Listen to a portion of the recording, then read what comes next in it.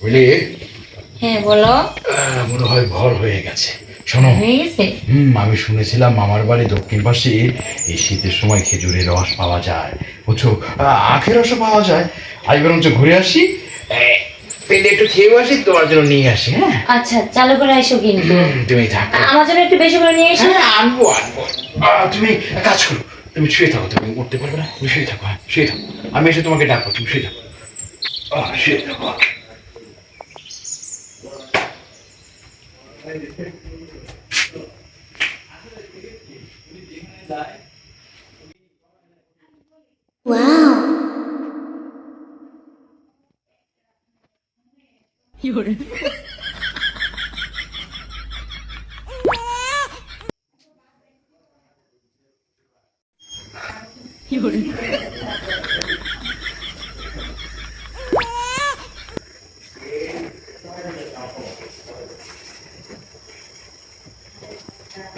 কি ব্যাপার, তুমি চলে আসছো?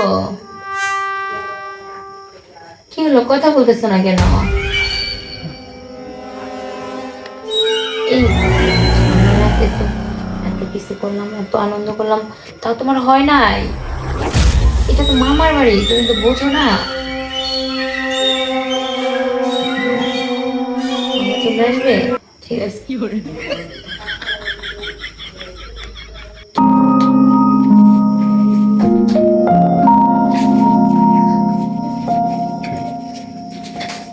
মামা, মামা, মামা তুমি কি করছিলে?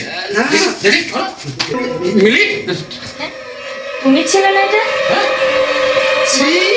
মামা না মানে না মানে না মানে তুমি তুমি 7 বার শব্দ বলছো মামা, তুমি আমার আপন মামা, তুমি আমার মামা হয়ে আমার বোন। সোনিয়া, সোনিয়া, কি হয়েছে ভাইয়া, তুমি এভাবে চিল্লাচিল্লি করতেছো না সকালবেলা?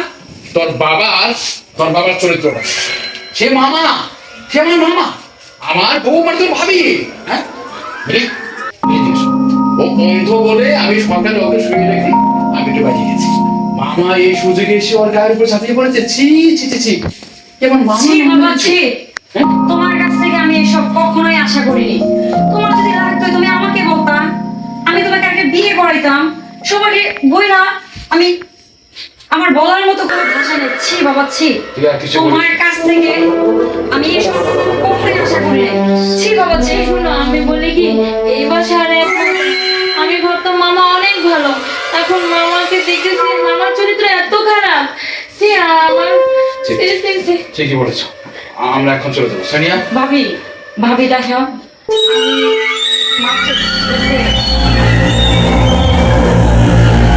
তোমার কি দোষ? তোমার তো এখানে কোনো দোষ নেই। ছি আবু ছি, তুমি যে এতটা নোংরা, এতটা খারাপ আমার জানা বাইরে ছিল। চল চল।